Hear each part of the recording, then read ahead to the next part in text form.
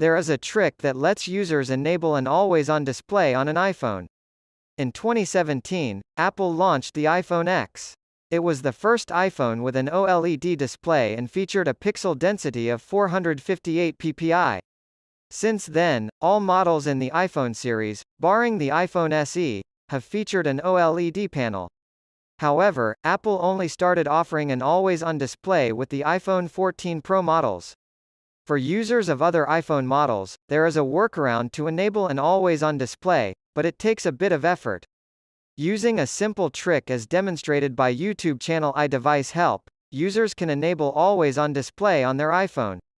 However, it only works on iPhones that come with an OLED display, i.e., all the models launched after iPhone X, including the iPhone 13 and iPhone 14 lineup.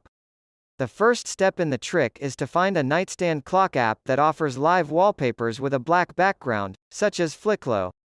Once the nightstand app of choice is downloaded from the App Store, users can head over to the iPhone Settings app, open the Accessibility menu and then enable Guided Access. Now, open Passcode Settings, ensure that the Face ID option is enabled, and set a guided access passcode. The next step is to enable Accessibility shortcut, and set the Display Auto Lock to Never.